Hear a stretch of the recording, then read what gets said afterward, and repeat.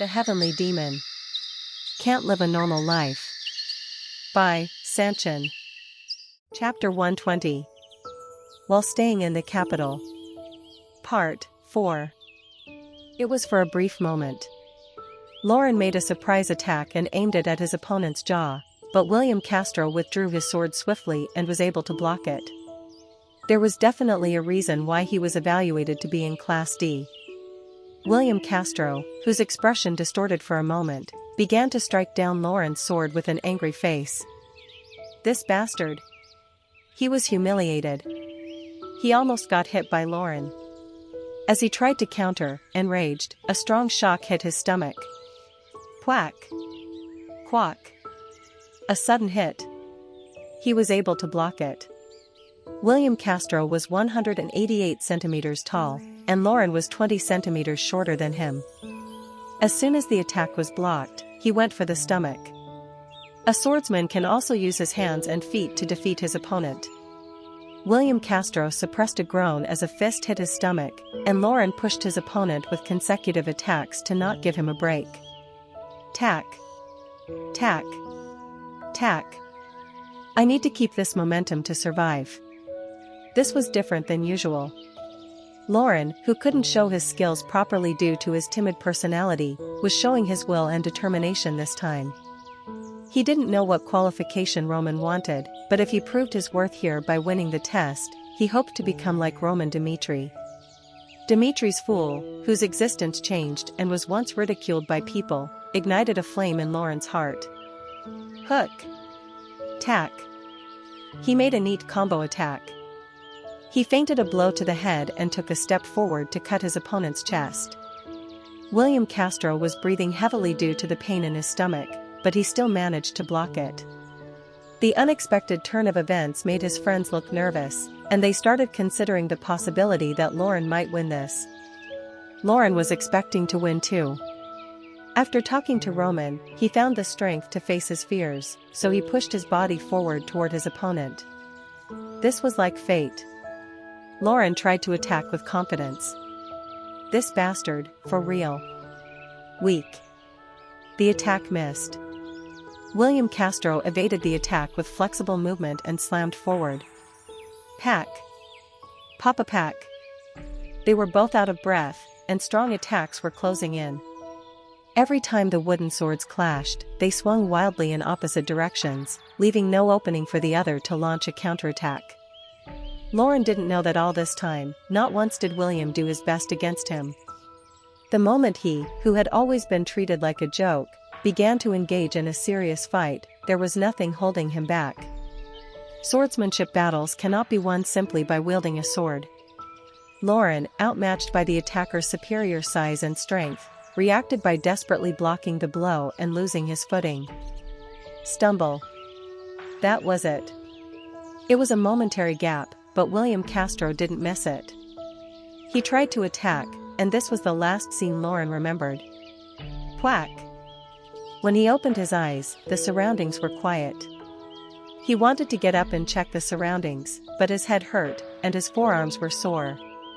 A small difference. As William's attack was about to hit your head, you raised your arm quickly to block the attack. If you had failed to stop the attack, you wouldn't have ever woken up, even if it was a wooden sword. It was the professor. He was in charge of the test. He let the students go and stayed behind on the training ground. So I lost? Yes. Did you think you would win against William? Lauren was disappointed with his defeat.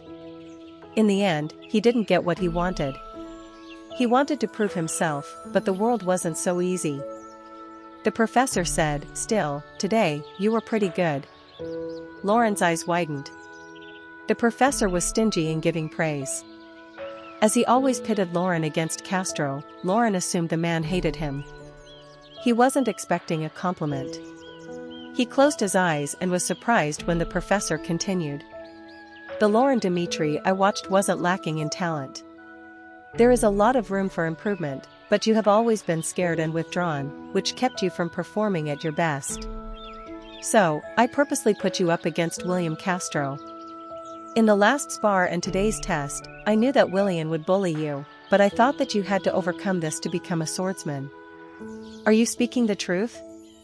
Would I lie to a student? You need to trust yourself a little more. At your age, the tallest and most powerful kids might seem like the strongest ones in the world, but in reality, you and William aren't much different. Neither of you knows how to use aura. In the first place, if he had such overwhelming talent that you couldn't touch it, he should be up in Class S like your older brother instead of being in Class D, so do not be afraid of such things. Normally in swordsmanship, if you lose your cool, everything is lost. It was surprising. Lauren didn't know that his professor felt this way. The pain was still severe. He tried to smile, but his face kept frowning in pain. The more he thought of the compliments, the more he began to smile. Thank you very much. He suddenly wanted to see Roman. How would he rate this match? However, no matter how much he looked around, he couldn't find Roman Dmitri. Bang! Fuck! William kicked the chair in the break room. It seemed like his anger wouldn't be resolved anytime soon, so he smashed any objects he could find. Calm down. William, please calm down. His friends tried to stop him, but they could do nothing. William was a guy whose outbursts were unpredictable, even for those he considered friends. Weren't these friends already beaten up badly in the past for being presumptuous? While they moved around subtly, William continued to make a mess of the room. Lauren Dmitri, how dare you mock me? A hit to the stomach? It wasn't much. It hurt then, but he was feeling fine now. The issue was that he was pushed around a bit, and Lauren Dmitri acted as though he had won. Lauren, that bastard doesn't know where he stands. He doesn't know that I have been watching him all this time, and he looks at me with those eyes just because he picked up some courage. Fuck, you were the same. You guys didn't think that I would lose to someone like Lauren Dmitri, right? No. We trusted you.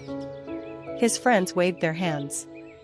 The family of Castro was too powerful, so they couldn't disobey William. His eyes were blazing with rage and murderous intent. His father said that one shouldn't look down on even the lowly-born bastards in life. Well, this cannot last any longer. Lauren, I am going to break at least one of your arms. Do you have to go to that extent? Right. That is a bit much. Don't you know who Lauren Dmitri's older brother is? It is Roman Dmitri, who defeated the Hector kingdom and is now called Cairo's hero. If things go wrong, it will turn into a problem of families.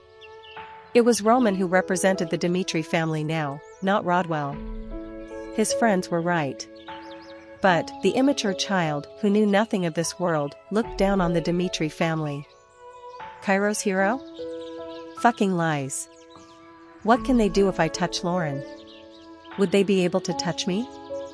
The eldest son of the Castro family? My father and Marquis Benedict have been friends since childhood. No matter what I do, no one in Cairo can touch me. Up until that point in his life, he had managed to avoid being affected by anything. This was not the first time something like this had happened. William Castro faithfully followed his father's teachings and thoroughly trampled on those who looked down on him. Among them, there were those who made quite a name for themselves. They rushed to kill William Castro but were stopped by the wall of reality and had to kneel before him. It was the power of the central government. William Castro had nothing to fear as long as the Castro family maintained a firm foothold in the central government. He said, "Bring Lauren Dmitri to me right now. It's fine if you have to hit him to knock him out. Harassing that bastard is something we have all done. So let's do it clearly this time. After all, there are limits to one's birth. Even if his older brother is the hero of Cairo, he is meaningless in the face of real power. I will make sure Lauren is obedient to us." His friends exchanged glances as they realized the decision had been made. The words of their parents or relatives went around in their minds. Their families loved the nobleman named William. It was then, say that again. Swish. Everyone turned their heads. A man stood at the break room's entrance. The man with an unfamiliar face spoke with a cold expression. Tell me again what you'd do to my sibling. Sibling? They felt shocked. Roman Dmitri. The hero who returned to the capital. Even William Castro, who had been so confident till then, couldn't speak out hastily when he faced Roman. However, because the water had been spilled, William Castro spoke with poisonous, hateful eyes. Right, I can tell you if you want. I said to bring the guy who doesn't know his place in front of me. Ugh. Grab. Roman reached out and grabbed William's coat. He couldn't escape. William's expression looked like he saw a ghost at what happened in an instant, and Roman looked down at him with cold eyes. Do you know what mistake you made? Yoop. Yoop, yoop. Bullying is fine. Lauren is a kid who doesn't know what kind of background and power he has and is simply dumb, and I am not a nanny who is going to take care of him. Maybe I wouldn't have even stepped in if he was going to be bullied, as usual, but Lauren passed Roman's test. At least, from the moment he showed the will to fight, Roman accepted him as his younger brother. The problem is that I saw it. I listened to all of you bully Lauren and looked down on Dmitri. I am Roman Dmitri, and you ignored my family. Then, what price should I get from you for those actions? Clench. He clenched his hands. William looked like he was going to faint. He couldn't even try to attack. All he did was swing his arms to try and escape. Tuck. And he let go of him. Seeing William inhaling and gasping with a pale face, Roman said, "Guide me to your family." What? It was time. Roman wanted a cause. Now that the status of the Dmitri family was changing, an event worthy of it was needed. I want to experience what real power is like. So guide me to your family right now. If an immature child makes a mistake, shouldn't the parents be responsible for that mistake? If only time could be turned back then, William Castro would never have brought Roman Dmitri to his family. Right, you bastard. Let's see if you can say the same thing in front of my parents. He still believed in the difference between their births, and William walked out with an angry face. Chapter 121. While staying in the capital. Part 5. On a lazy afternoon, Count Castro had tea with a person on the sunny terrace. So everyone was a fail? Don't even ask. Even when I said gold and silver treasures would be given and a title of nobility too, not a single person blinked an eye. The person on the opposite side was Count Fabius. He, who had been on his feet till yesterday, complained about the situation, which didn't result in profit. No matter how much I think about it, I don't understand. It isn't that I told them to betray Roman Dmitri right away. It is clear that he will be joining the nobles later, so I told them it would be like scoring extra points with a head start, but everyone rejected it right away. That is why I hate dealing with commoners. Nobles have a hard time calculating what they need by looking at them. These guys don't even want success when the path is wide open. Be patient, Count. If they are born lowly, they must be unable to see even an inch ahead. Both the counts were members of the same noble side and had a good relationship. Since they had similar personalities, they were able to get close pretty fast and met often. Count Castro said. But is Roman Dmitri that great? Despite his actions, I can't help but see him as someone who isn't too much, and the Count's obsession with getting his subordinates baffles me. Are you asking that? There is no need to say. Rumors were floating around. People believed that rumors of battlefields were exaggerated. Those present, including Count Fabius, were aware that the current rumors were lacking. In this war, actually, it wasn't strange for us to raise a white flag. Hector had captured the rear in less than a day, and with the warp gate captured, there was no way for us to win. It was Roman Dmitri who turned the situation around. He went to the enemy camp alone and defeated Butler, and then the warp gate. Wow, it cannot be retold, you have to witness it to know how great he is. And at the same time, it was his subordinates who made significant contributions. Is he that good? Yes. Would Marquis Benedict risk his life to sign Roman Dmitri for nothing? I am saying this because I know you count, but there are also talks about making him his son-in-law. Huh? He was shocked. Marquis Benedict considered his daughter a treasure. If he was arranging for her to get married to Roman, then his value couldn't be less. He took a sip of the sweet tea and smiled. Then I need to meet Roman Dmitri in person sometime. If he is a person who will later become a powerful person in the central government, then there is nothing wrong with getting a few good points in his eyes. If you have a chance, set me up on a meeting with him. I will. Ha ha ha. It was a friendly atmosphere. In the noble world, friendship was important. These small interactions eventually developed into a relationship that attracted and pushed each other. And right then, the sound of someone knocking on the door made Count Castro turn his attention. What is it? The door opened. Before the guards could even say anything, a man with a familiar face pushed himself inside. Father. He was William Castro. At first, they couldn't understand the situation. His son looked angry, and the man who followed could be recognized immediately as Roman Dmitri, whom he saw at the feast. Why is Roman Dmitri here? He looked at his son with suspicious eyes.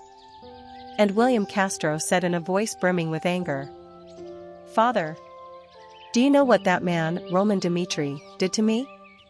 He grabbed me by the face and threatened to kill me. Look at this. My face still has his handprints on it. Roman Dmitri, that damned bastard, was trying to aim for my throat. At that moment, the atmosphere turned cold, and the anger wasn't directed at Roman. As he listened to his son, Count Castro couldn't hide his shock. This. Just a while ago, he heard from Count Fabius about how great Roman was. Even though he was from the outskirts, in a situation where his favor was the most important, his only son decided to sabotage it. He felt dizzy. Normally, he would not have forgiven any man who touched his son, but it was a different story if the opponent was Roman Dmitri. Right now, make sure Roman Dmitri, shut up. His words were cut short, making William look at his father in shock. His father had never been this angry towards him till now. Father? William, do you know who you are talking about? Roman Dmitri is the hero who saved Cairo. Even if you don't have the utmost respect for him, how dare you say such nonsense? Apologize right now. If you don't want your chin to be smashed by your own father, apologize. It was a different situation from what he expected. William Castro was shocked. Count Castro grabbed him by the neck and dragged him alone.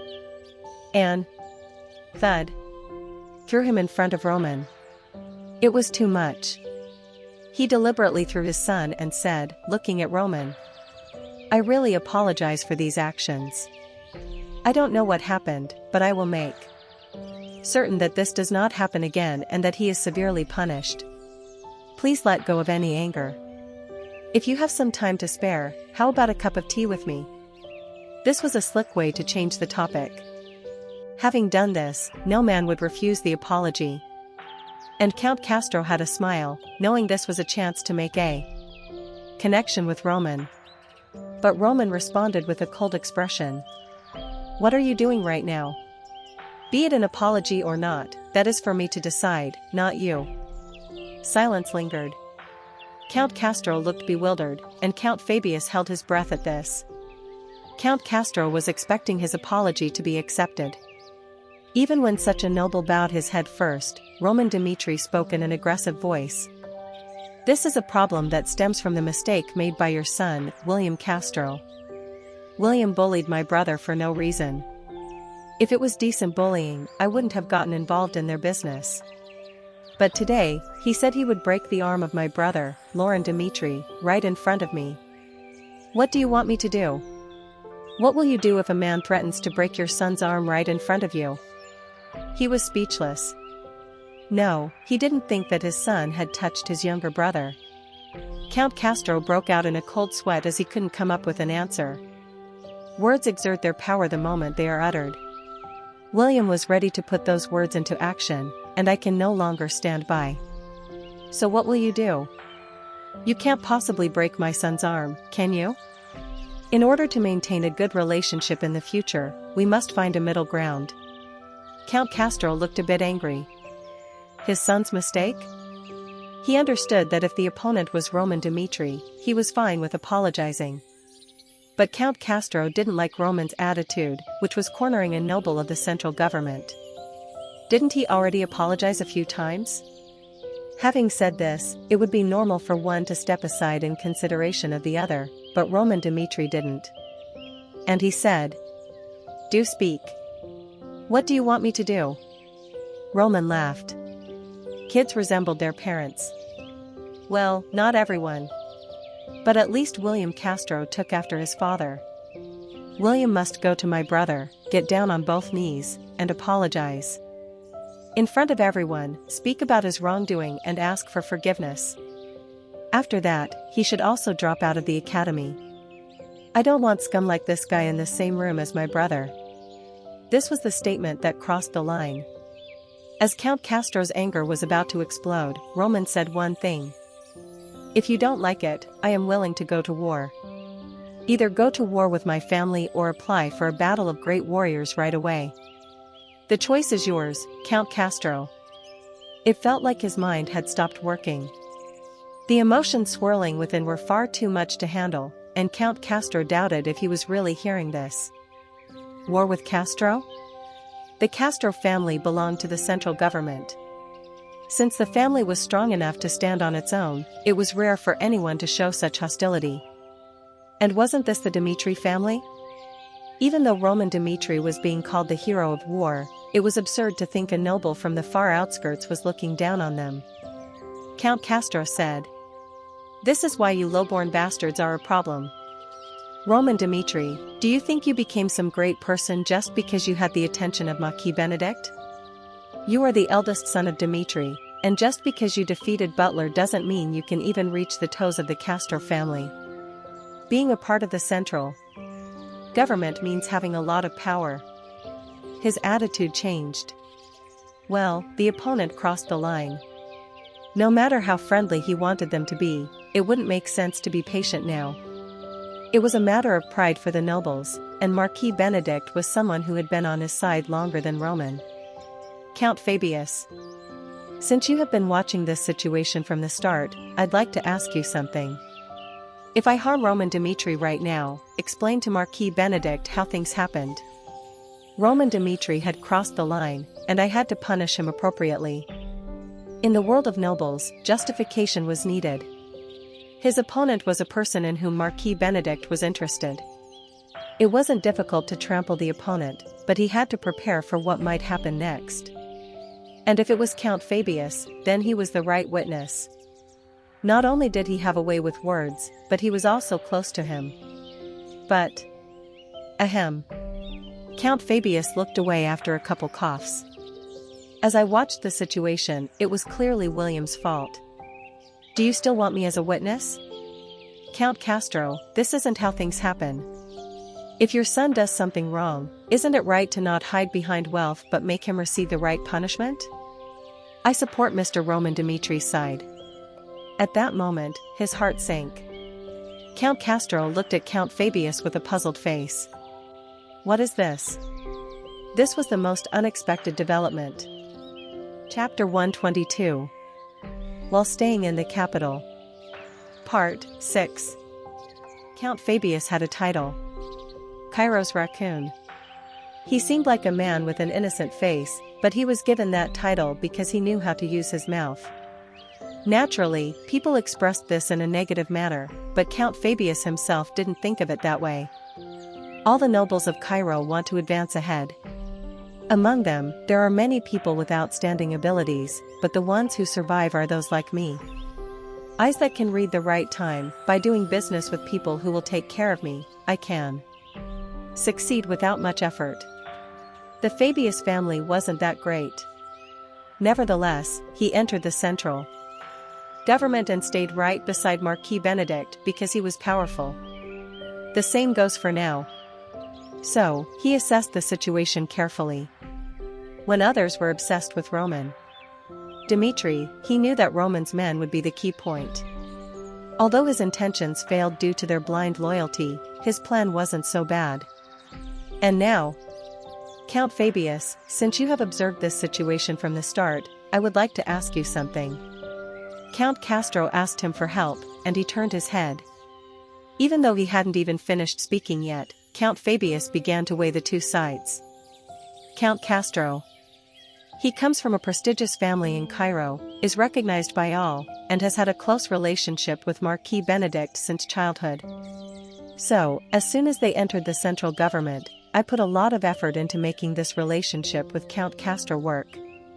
The problem is that it's Roman Dmitri on the other side. It is right to take Count Castro's side, but Roman Dmitri is the hero of Cairo, which Marquis Benedict is putting a lot of effort into. I don't know what will happen if he touches him. It was a complicated matter. There were two important things to consider. First, whose side would Marquis Benedict take? Marquis Benedict is a man who can always join hands with the enemy for the sake of victory. Just like when he chose to abandon the southern front for the Hector kingdom, despite the fact that the division between enemies was not yet clear. Then, there is one exception: blood ties. Marquis Benedict had already shown his intention to accept Roman Dmitri as his son-in-law, meaning that he would turn away from Count Castro. He couldn't throw it away.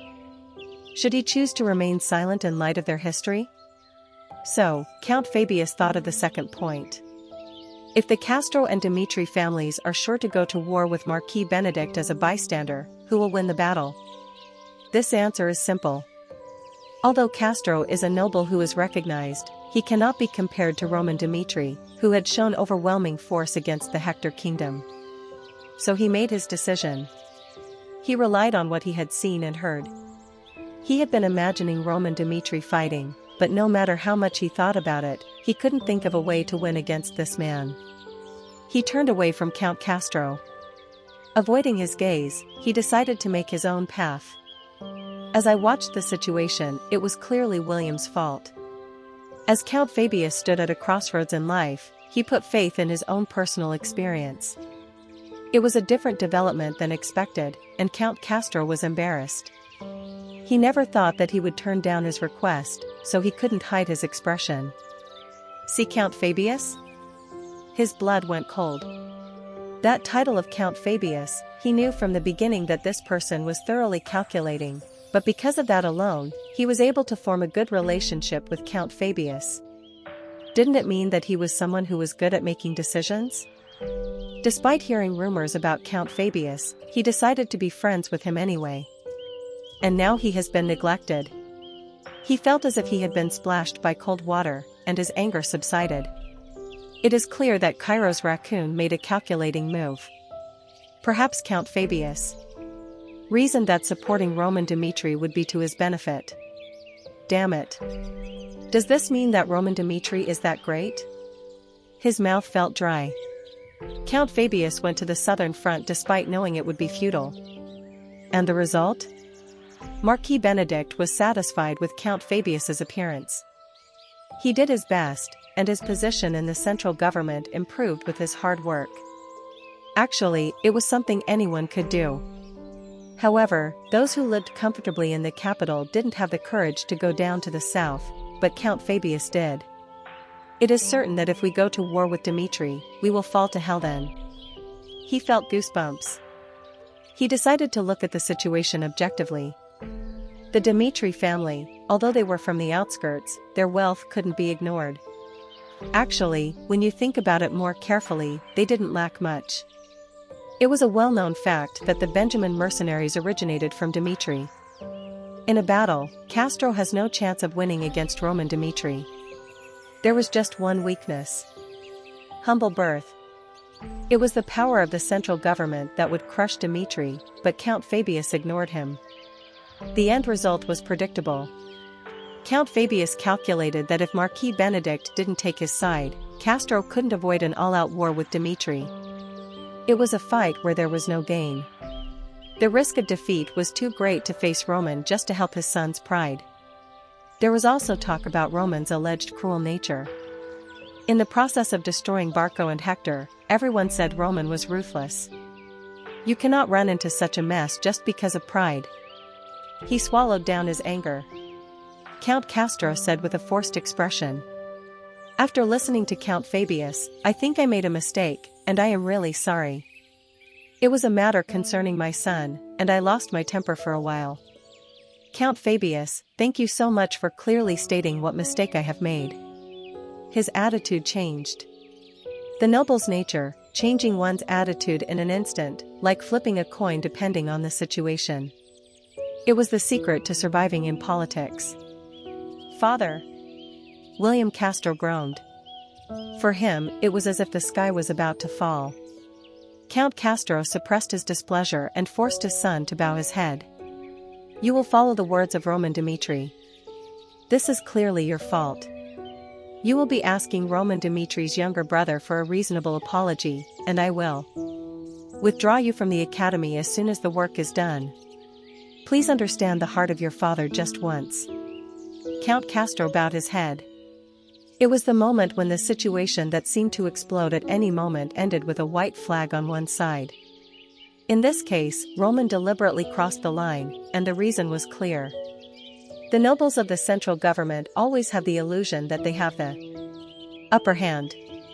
Now that my value is soaring, there is a chance that my family and I will be harmed by the envy of these people. That is why I need to show them who I am. Once in a while. Count Castro is a good example. The situation changed, and Roman was quick to take advantage of it. Instead of letting his fame go, he knew right away how to use it. If the opponent hadn't retreated, the situation would have been a mess, but there was also a certainty that no such thing would happen. Roman Dmitri gauged the situation. Marquis Benedict would have no choice but to side with Count Castro because if he sided with Roman, it would lead to an abrupt imbalance in the system.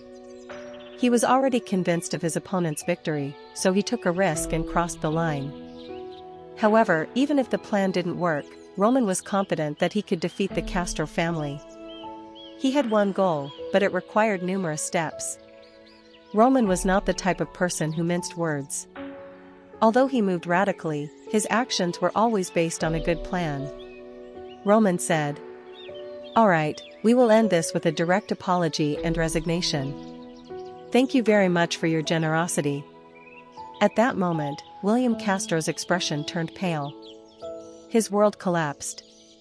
Witnessing his father express his gratitude with a bright face, William Castro looked at Roman. "I am done for." That's when he realized the caliber of the opponent he faced. Roman Dmitri, a man of real power.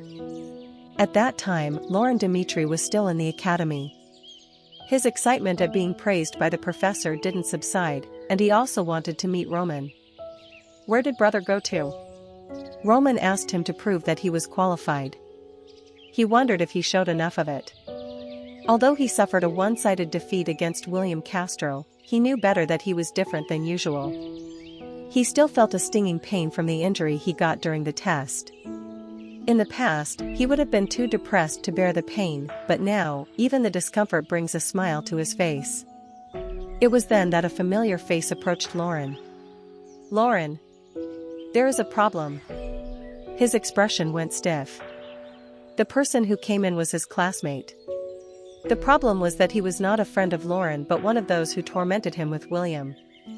Lauren asked him, "What is it? Why would you even say that to me?" He thought that even if he got bullied here, he was going to stand up for himself. Lauren was ready to hit him in order to not damage the reputation of his family, but he also wanted to live with dignity. But his classmate's purpose for coming was different from what he thought. Now isn't the time to act tough. Your brother, Roman Dmitri, had an argument with William Castro, and they headed to the Castro family's mansion. I don't know what your brother will do if we leave him alone. What? He looked shocked. What did it mean? Roman Dmitri, whom he had been looking for a long time, suddenly fought with William and headed to the Castro family's mansion. The classmate explained. Actually, William was angry that you managed to hit him, so he was going on a rampage about breaking your arm. Your older brother heard it, and they talked as he grabbed William by the neck and headed to the Castro family's mansion together. It might be dangerous. You know how William's personality is exactly like his father's, right? Count Castro is more than capable of harming your brother. His heart sank. His own brother, Roman Dmitri, unable to bear words directed at him, went to the Castro family's mansion and put himself in a dangerous situation. Brother. Tears welled up in his eyes. Not once did Lauren experience getting help from his brothers. His friends would ask if he had brothers, but both of them were too busy with their lives to be asked for help. But now his brother has taken a risk for him. Lauren couldn't let it be. If my brother gets hurt because of me, I will never be able to handle it. Thank you for telling me. He ran right away. His time in the capital was hard and lonely. He always hid the truth because he didn't want to burden his father, but he couldn't do that now. His eyes were filled with tears. Lauren Dmitri arrived at the dorm quickly and spoke into the magic communicator in a sorrowful voice. Dad. I think my brother is in danger. I think he went out to help me but then got taken to the Castro family. At those words, the person at the other end of the line was stunned. As he didn't know that the situation was over yet, he couldn't ignore the news Lauren delivered.